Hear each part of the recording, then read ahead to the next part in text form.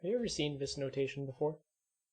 It might be reminiscent of the notation you have for finite sums, where instead of an infinity symbol or a lemniscate on top of a sigma, you'd have a finite number, particularly an integer. And in that case, you can expand and you can take a sum of a certain amount of terms where each term depends on the index n that we have at the bottom. But concretely, what does this here actually mean? I mean, you can try and take an infinite sum, but that's not really a process you can ever finish, at least physically. And so how can we assign a meaning mathematically to that expression? Surely it can't actually mean adding things infinitely many times. And you always have to be careful, especially when infinity is involved, in understanding what new notation means. It doesn't, even if it's reminiscent of another type of notation, it doesn't always extend obviously. So this is what I'm going to try to answer in this video, and then I'm going to particularly look into a special type of infinite series called power series, which are very important in mathematics. So before we actually start, let me just show you the dangers of just treating this like a regular type of sum. So first of all, I'm going to show you that the sum of 1 minus 1 plus 1 minus 1 plus 1 minus 1, and so on, is a half. And that might seem really weird to you. So if I take 1 minus this s1 here, which I have assigned this value to, then I have 1 minus, in parentheses, what I have here, and then by the distributive law, I can change every plus to a minus and every minus to a plus. And here you go, we've got s1 again. And so that means we've got 1 minus s1 is equal to s1, and then if I rearrange a little bit, I've got 2s1 equals 1, and so s1 equals a half.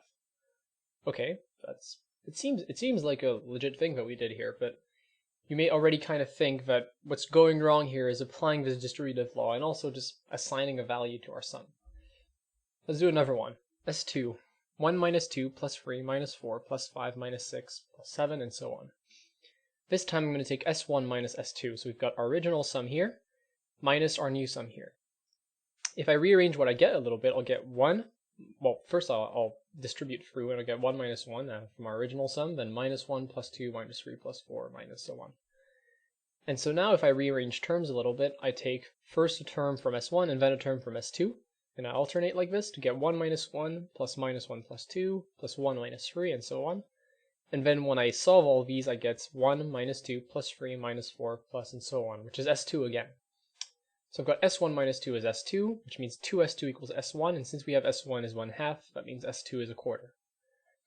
And now for the weirdest one of them all, S3, which is 1 plus 2 plus 3 plus 4 plus 5 plus 6, so just adding all the positive integers.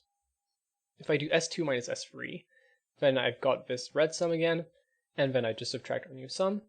And now I can once again rearrange things a little and alternate between terms of each sum to get 1 minus 1 plus minus 2 plus 3 minus 3 plus minus 4 minus 4 and so on. And so all these terms, all the odd terms are going to disappear, and we're going to only be left with double even terms. We've got minus 4, minus 8, minus 10. And that's just minus 4 times our original sum. So that means that S2 minus S3 is minus 4 times S3. So in other words, S2 equals minus 3 times S3, or S3 is S2 over minus 3. And since S2 is a quarter, that means S3 is minus 1 over 12. So how in the hell can adding all the positive integers give us minus 1 over 12? I mean, that just doesn't make any sense. And, this value does have some interest, and you may think already about the Riemann hypothesis or whatever, but be very careful about the material you see on that. In that, yes, there is a function that when evaluated at minus 1 gives you minus 1 over 12, and some people interpret that function as just being 1 plus 2 plus 3 plus 4, but you have to be very careful in noting that it's actually what we call an analytic continuation of that function, which I will actually address in the rest of this video. So anyways, you see that if we're not careful with sums, in particular here we've done rearrangements and we've applied the distributive law without being careful, well, you get some bogus stuff.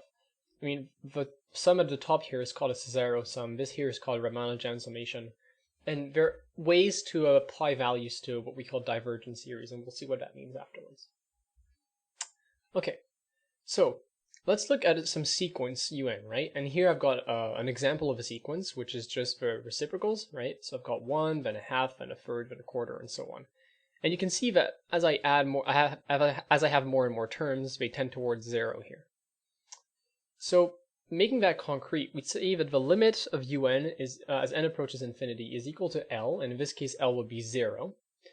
And so you may have seen this notation before, and you might have used it very loosely in your calculus classes without ever really seeing the actual official definition. So in the case of real numbers, this is the definition of our limit here, and it might be very weird to parse at first.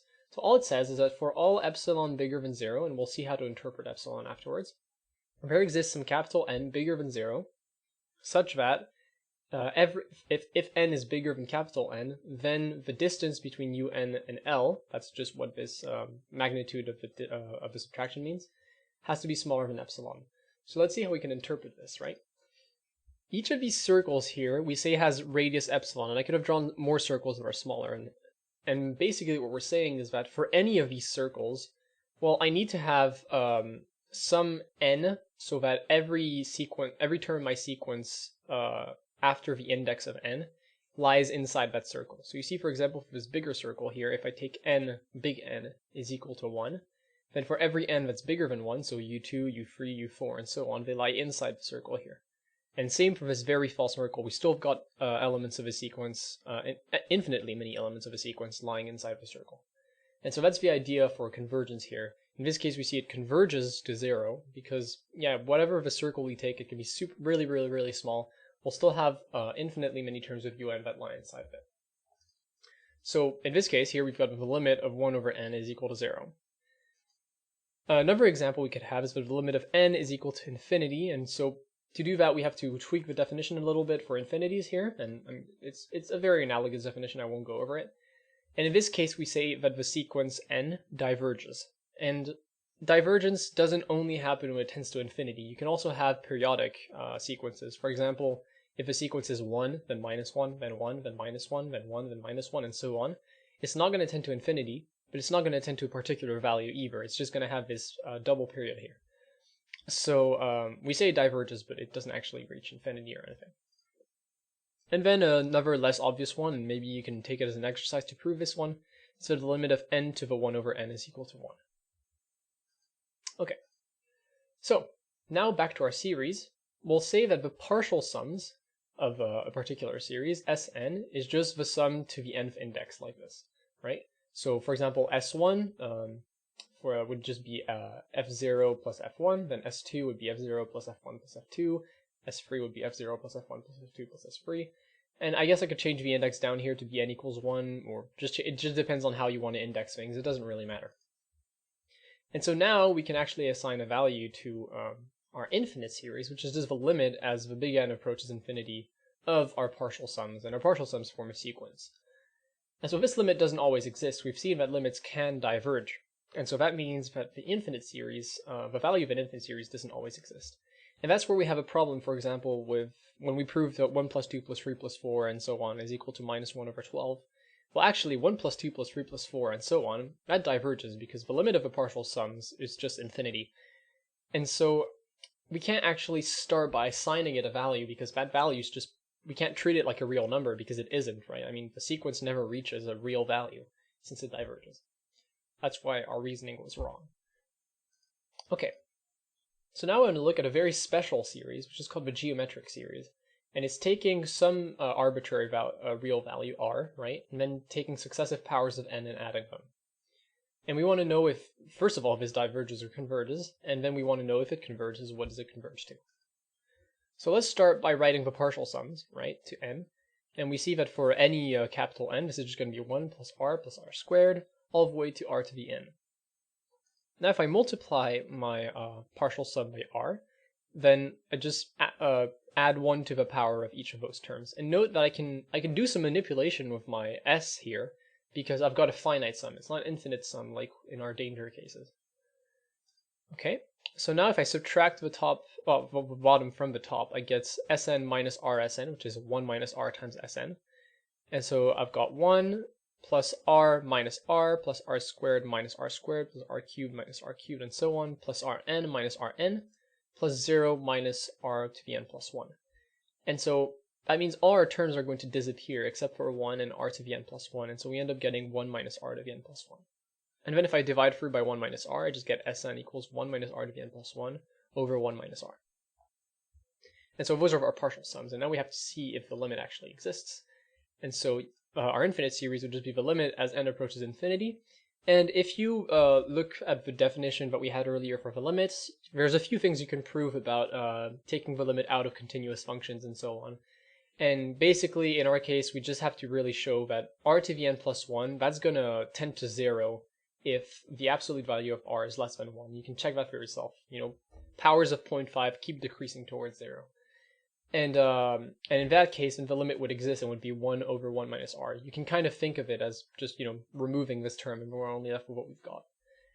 And otherwise, if r is bigger than 1, this is going to tend to infinity. And in the case where r is smaller than minus 1, then it's going to diverge, but it's not going to tend to infinity in particular. We're going to get oscillatory patterns like we had before. And finally, if r is exactly equal to 1, well, this doesn't exist. Well, this here doesn't really make sense because we have 1 minus 1 over 1 minus 1, which is 0 over 0, which doesn't really mean anything. But if you look back at the original series, I mean, obviously 1 plus 1 plus 1 plus 1 plus 1 is going to diverge. So it's really just the case of the magnitude is less than 1, where we get convergence to 1 over 1 minus r. Okay. So now let's look at a more general series, and that's what we're interested in. It's called a power series. A power series consists of some coefficients, which can be complex coefficients, complex numbers, multiplied by some complex numbers at successive powers of n. So it's kind of like our geometric series, except we added to it some kind of coefficients at the front. In our geometric series, by the way, I talked about real r's, but it completely holds for complex r's as well. And complex numbers are better to deal with in this case because it just reveals so much more of the beauty and power of, well, power series. You'll notice that if I consider a circle in the complex plane of radius 1, right? Well, every complex number which is inside this circle for the geometric series would converge because they have absolute value less than 1. What that means is that the radius of convergence, that's what we call it, of the geometric series is 1. And in general, we'd like to know what the radius of convergence for a general power series is. And there's a theorem called the Cauchy-Hadamard theorem, which says that the reciprocal of that radius is the lim sup of the magnitude of the coefficients to the 1 over n, as n approaches infinity. Now the lim sup, the supremum here is an operation you apply on a set, and it's just the least upper bound. So out of all the values that are upper bounds of that set, which means that every element in the set is smaller than them, you take the least possible value of those values, and that's the supremum. And so the limit supremum basically means that I take the supremum of terms in my sequence after some index, and I let that after some index approach infinity, and I look at the limit of the successive sequences we get. So you can think of it as the limit of the upper bounds of a particular sequence. That's really what it's saying. But we won't really have to worry about, most of the time you don't really have to worry about the supremum. You can just take the regular limits, because if the regular limit exists, it's equal to the limit supremum. Okay, so we're actually going to prove this here. And you'll see, yeah, this is the radius. It's 1 over that value. So one proof we can take, and we're going to take that r to minus 1 is not equal to 0 or infinity, and in those cases you can prove it for yourself. But in the case where it's not that, well, let's take that the absolute value of z is smaller than r, where r is defined as in here, right? We take some epsilon bigger than 0, which is small enough so that 1 over r plus epsilon times z is equal to some smaller, which is less than 1, okay? And you can always do this. For some small enough epsilon, you can do this, because the absolute value of z is less than r. You'd see that if epsilon was 0, right, so we'd have some value less than r times r to the minus 1. So that would just be a little bit less than 1. And so we can always add some very small epsilon so that that's still true. And so by this formula, right, so by the definition of r basically, we just have that the absolute value of an to the 1 over n is going to be smaller or equal than r to the minus 1 plus that epsilon. And that's because it's going to be the lim sup of all of that, right? R to the minus 1 is supposed to be the limit of the supremum of this. And so for big enough n, right, if I add a little bit to the limit of that supremum, when we're just a little bit over the supremum of all these an to the 1 over n for some large enough n. And so that means it's going to be smaller than that. So for these n, we've got an times z to the n. That's going to be smaller or equal to, well, by this identity, that's going to be r to the minus 1 plus epsilon to the n, because here we had an to the 1 over n, so I just have to append that extra power of n here. And I haven't left, I've left the z to the n unchanged. And then we see that that's just the small r to the n. And we had that the small r, right, is less than 1. So hence we can actually just compare with a geometric series for absolute convergence, because we just see that this an times z to the n is going to be smaller than this r to the n, which is smaller than 1. And basically you do this thing called the comparison test with the geometric series. And the comparison test is relatively intuitive. And in our case, it's going to give us that it actually converges. In particular, it absolutely converges, which means that if I take the absolute of what we've got inside, in this case here, this is the absolute of what we've got inside, it's still going to converge. And absolute convergence is a lot more powerful than just regular convergence. And power series in general, we're interested in absolute convergence. Okay. So, this is one very powerful property, is that power series are actually infinitely differentiable. And their derivatives are expressed as, well, the regular derivative you'd take on a polynomial, which is just n times n minus 1 times dot dot dot times n minus k plus 1 for the kth derivative, times the coefficient doesn't change because it's just a constant, and then z to the n minus k. And, if this looks too complicated for you, just split it out into multiple terms and take the derivative like you would for a regular polynomial, and that's what's happening here. And you can't always do that for infinite series, and so it's a really nice thing that you can actually do that for power series. I'm not going to prove why you can do that, okay? And as it turns out, because we have this here, then we can actually find an explicit form for these ANs in terms of f, where we say that f is just this infinite series. And so it's the nth derivative of f evaluated at 0, all divided by n factorial. And so you see, for example, right, if I write out the first few terms, I'd have a0 plus a1z plus a2 z squared plus dot dot dot, okay? So if I want a0, then I take the 0th derivative, which is just leaving the function unchanged. I evaluate it at 0, well, that gets rid of all these terms afterwards, refers to z, so I'm only left with a0, okay? And if I take the derivative of this, I'm going to have a1 plus 2a2z, and so on. I'll have a 3a3z squared, and so on. And then once again, if I evaluate it at 0, I'm going to have a1, okay? And I'm still just divided by 1 factorial. And as I keep doing this, I'm going to just have to divide by these n factorials to take care of these extra constants. Here we have a 2, but as I take the second derivative, we'll have 3 times 2 here, and then as a third derivative, we'll have 4 times 3 times 2, and so we have factorials. Okay. But power series are actually even more powerful than this, because in this case, we're kind of only considering real differentiability, but actually this holds for in the complex sense of differentiability, which is called holomorphicity. And the complex sense of differentiability is a lot more powerful because in the real sense, when you take the derivative by its limit definition, you let this small interval h approach 0 along the real line, so it approaches it from the positive reals or from the negative reals. In the complex plane, for something to be differentiable is a lot harder because you let h approach 0 from all around in the complex plane, so from all directions. So right, this is 0, and we let h approach from all directions like this. And only then, if the derivative is the same for all these limits, so countably infinitely many limits, or uncountably, sorry, then we say that the derivative exists and that the function is holomorphic at a point. And so power series are actually holomorphic at a point. And a really powerful theorem of complex analysis is that power series and holomorphic functions are really just the same thing. Holomorphic functions can always be expressed as a power series locally. So if they're holomorphic at a point, I can always take some small ball around that point, and with a power series that converges inside that small ball. So power series can also be expressed, in that sense, we're doing holomorphicity at a point. We can have them centered somewhere else than 0, and so at z0, which is just some arbitrary complex number. And then in that case, an is the same as before, except we evaluate it at z0 instead of 0. And so now you see that the radius of convergence, well, the circle of convergence, disk of convergence, sorry, is centered at z0. And so now I want to talk about one final thing.